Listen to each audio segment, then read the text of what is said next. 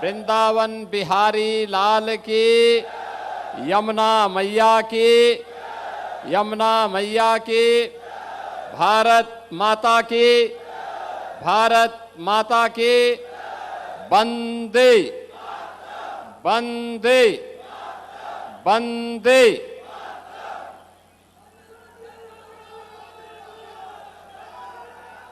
जनपद फिरोजाबाद के टुंडला एवं सिकोहाबाद विधानसभा क्षेत्र से जुड़ी हुई परियोजनाओं के लोकार्पण और शिलान्यास के आज के इस कार्यक्रम में समारोह में मेरे साथ उपस्थित प्रदेश सरकार में मंत्रिमंडल के मेरे वरिष्ठ सहयोगी, पर्यटन एवं संस्कृति मंत्री श्री जयवीर सिंह जी, जिला पंचायत के अध्यक्ष श्रीमती हर्षिता सिंह जी, लोकप्रिय विधायक टुंडला श्री प्रेमपाल धनखड़ जी, लोकप्रिय विधायक सदर श्री मनीष असीजा जी, विधान परिषद सदस्य श्री विजय शिवहरे जी, महापौर फिरोजाबाद श्रीमती कामनी राठौर जी, अध्यक्ष जिला सहकारी बैंक श्री अतुल प्रताप सिंह जी, प्रदेश उपाध्यक्ष भारतीय जनता पार्टी श्री ब्रज बहादुर भारद्वाज जी, जिलाध्यक्ष उदय प्रताप सिंह जी, हमारे पूर्व विधायकगण श्री हरिओम यादव जी, ओम प्रकाश वर्मा जी, मोहन देव संकवार जी, शिव सिंह चक जी, राकेश बाबू जी, भारतीय जनता पार्टी महानगर के अध्यक्ष सतीश दिवाकर जी, भारी संख्या में आज के इस लोकार्पण और शिलान्यास कार्यक्रम में सहभागी बन रहे टुंडला और सिकोहाबाद से जुड़े हुए मेरे बहनों और भाइयों, मैं सबसे पहले सुहाग की इस नगरी को जिसने अपने कारीगरों, श्रमिकों के परिश्रम से आज इस जनपद को लोकल से ग्लोबल बनाने की एक बड़ी यात्रा तय की है। इसके लिए फिरोजाबाद को पहचान देने वाले ऐसे सभी कारीगरों, उद्यमियों, श्रमिकों का अभिनंदन करते हुए सिद्ध संत बाबा नीम करोली की जन्मस्थली से जुड़े हुए जनपद फिरोजाबाद और टुंडला को मैं कोटि कोटि नमन करते हुए आप सबका अभिनंदन करता हूं। बहन और भाइयों, जब ऐसी पवित्र भूमि पर आने का अवसर प्राप्त हुआ है तो स्वाभाविक रूप से यह अधिकार बनता है फिरोजाबाद जनपद का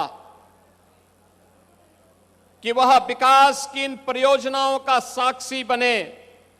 और मुझे प्रसन्नता है कि आज 650 करोड़ रुपए से अधिक की परियोजनाएं केवल 2 विधानसभाओं के लिए मिल रही हैं, और जिस दिन 5 विधानसभाओं को मिलाकर के करेंगे तो मान के चलिए कि ये इससे कई गुना ज्यादा होंगी। इसके लिए भी मैं फिरोजाबाद वासियों को हृदय से बधाई देता हूं। बहनों और भाइयों, ये जो भी डबल इंजन की सरकार कर पा रही है, प्रधानमंत्री मोदी जी का मार्गदर्शन है, लेकिन इसका श्रेय आपको जाता है, क्योंकि जब आप सही निर्णय करते हैं, सही जगह आपका वोट जाता है, ईवीएम का सही बटन दबाते हैं, जब मनीष असीजा और प्रेमपाल धनखड़ जैसे विधायक बनते हैं और वे कमल का फूल लेकर के जब लखनऊ तक पहुंचते हैं, तो बहनों और भाइयों, बदले में विकास आता है। बदले में फिरोजाबाद की यात्रा लोकल से ग्लोबल की बनती है। और अब मैं देखता हूं फिरोजाबाद का ग्लास का उद्योग नवाचार का एक नया केंद्र बना है। इसने चीन को पछाड़ दिया है। पहले होली, दीपावली, विजयादशमी, कोई पर्व और त्योहार आता था, हम लोग देखते थे कि चीन से बने हुए उत्पाद ही मार्केट में पहुंचती थी। अब यहां के कारीगरों ने नई तकनीक ली, कारीगरों ने डिजाइन तय की, मार्केट की डिमांड क्या है उसके अनुरूप बनाना शुरू कर दिया। परिणाम है, अब दीपावली हो या विजयादशमी, होली हो या कोई पर्व और त्योहार, जन्मदिन या कोई भी अन्य आयोजन, कोई अतिथि आता है तो ग्लास की एक सुंदर सी मूर्ति, सुंदर सी प्रतिकृति जब अतिथि को मिलती तो देख करके भौचक रहता और देखते ही रह जाता है कि ये बनाया कैसे और किसने बनाया है। तो मैं कहता हूं ये फिरोजाबाद के हमारे कारीगरों ने बनाया है, वहां के उद्यमियों के परिश्रम का ये परिणाम है, वह अभी अभिभूत होता है। और बहनों और भाइयों, कितनी शानदार प्रतिमाएं बनती हैं। गणपति की प्रतिमा, राम दरबार, राधा कृष्ण की प्रतिमा, और भी अलग अलग देवी देवताओं का, बुद्ध जी की प्रतिमा, भगवान शिव की प्रतिमा, कितनी शानदार बनाते हैं। यह है कला। यह कला पहले भी थी, यह प्रतिभा पहले भी थी, लेकिन प्रतिभा को 2017 के पहले प्लेटफॉर्म नहीं था, प्रोत्साहन नहीं था। आज से 9 वर्ष पहले यही मनीष असीजा जी मेरे पास आए और इन्होंने गुस्से में भी, आक्रोशित होकर के भी मुझे कहा कि हमारा उद्यमी, हमारा व्यापारी जाएगा कहां, पॉल्यूशन कंट्रोल बोर्ड ने तबाही मचाई हुई है। और इन्होंने उस समय कहा कि ये तबाही बंद हो जाए तो ये व्यापारी कुछ करें। और बहनों और भाइयों, आने के बाद, सरकार आने के बाद हमने यही किया था।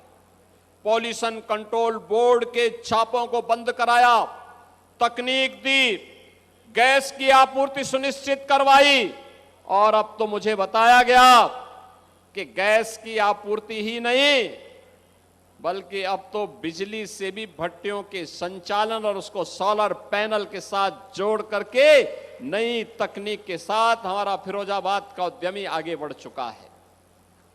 आलू उत्पादक किसानों ने अपनी एक नई अन्नदाता किसान के लिए एक नई उपज इसी जनपद से दी है, फिरोजाबाद जनपद से। और फिरोजाबाद जनपद में लोक माता अहिल्याबाई होलकर की प्रतिमा भव्यता के साथ आज जनपद को एक पहचान दिला रही है और सनातन धर्मावलंबियों को अपने पूर्वजों के प्रति कृतज्ञता ज्ञापित करने के लिए भी प्रेरणा दे रही है। याद करिए, लोक माता ने 300 वर्ष पहले जन्म लेकर के महाराष्ट्र की धरती में भले ही उनका जन्म हुआ, भले ही वह इंदौर की महारानी थी, लेकिन उनका कार्य क्षेत्र तो पूरा भारत था। जहां सनातन धर्म है वहां लोक माता की उपस्थिति है। उन धर्म स्थलों को जिन्हें विदेशी आक्रांताओं ने नष्ट किया था, लोक माता ने उन सब के पुनरुद्धार का काम किया। यही कारण है जब लोक माता के 300 वर्ष जयंती के हो रहे थे, प्रधानमंत्री मोदी जी के मार्गदर्शन और नेतृत्व में पूरे देश के अंदर लोक माता के त्रिशताब्दी वर्ष के आयोजन को पूरी भव्यता के साथ आयोजित किया गया। मुझे भी अनेक आयोजनों के साथ जुड़ने का अवसर प्राप्त हुआ था और मुझे प्रसन्नता है कि लोक माता की प्रतिमा को हम लोगों ने जगह जगह स्थापित करने के लिए हमारी सरकार उस समय कुछ योगदान कर पाई थी। हम लोगों ने औरैया के मेडिकल कॉलेज का नामकरण लोक माता के नाम पर किया, क्योंकि ये हमारी विरासत की प्रतीक है। उनकी प्रेरणा हम सबके लिए आगे बढ़ने के लिए एक नया अनुभव है और धर्म की स्थापना का कार्य और धर्म को पुनरुद्धार करने का कार्य कैसे होना चाहिए, ये लोक माता ने अपने कृतित्व के माध्यम से हम सबको एक प्रेरणा प्रदान की। जब भी सनातन धर्म के अंदर बात होती है, हर सनातन धर्मावलंबी फिरोजाबाद की चूड़ियों की ओर देखता है।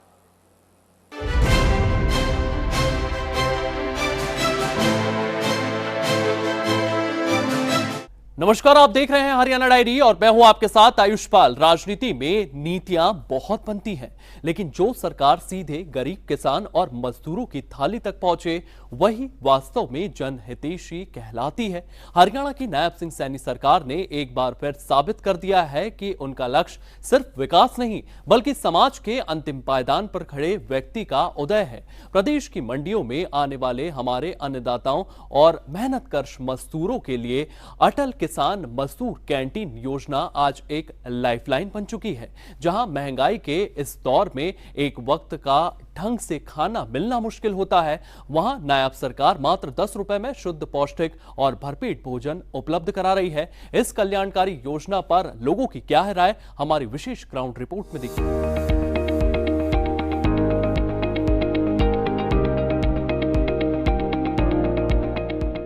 हरियाणा का विकास, सीएम सैनी का विश्वास, ये सिर्फ एक नारा नहीं बल्कि धरातल पर उतरती हकीकत है।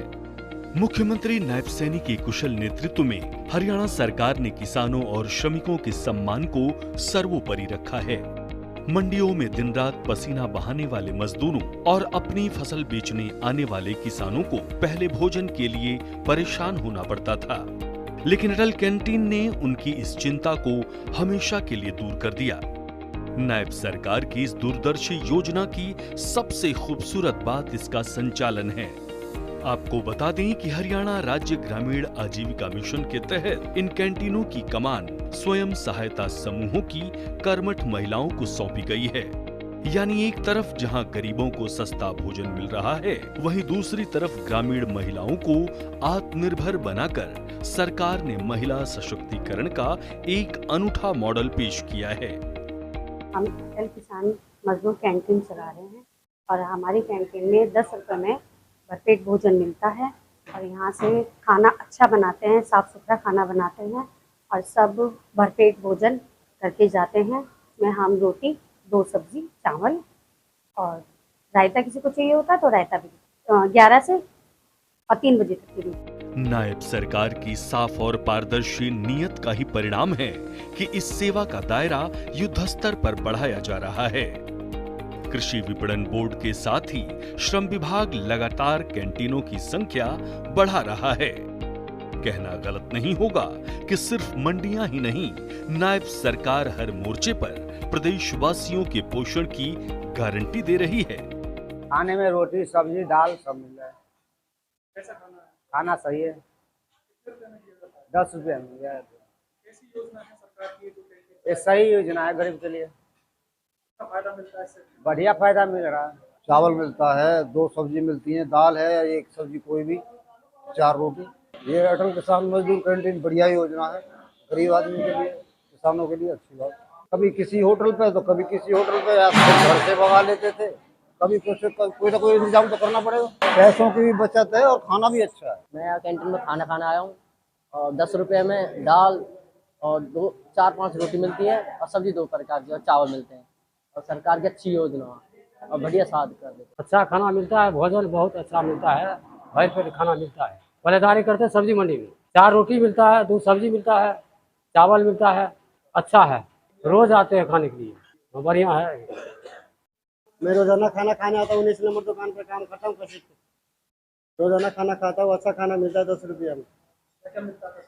10 रुपया में रोटी है, सब्जी है, चावल है, दो सब्जी चावल। खाना ठीक है साहब। वहीं स्वास्थ्य विभाग के माध्यम से नागरिक अस्पतालों में मरीजों और उनके तीमारदारों को मुफ्त भोजन दिया जा रहा है।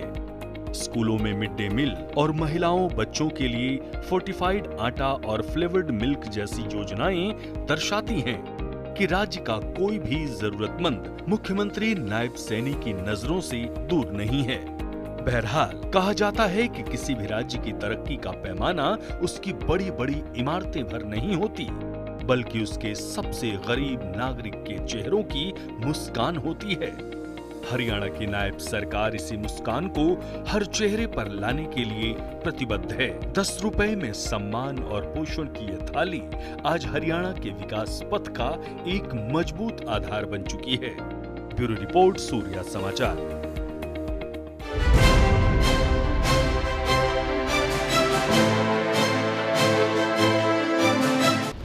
बिजली आए,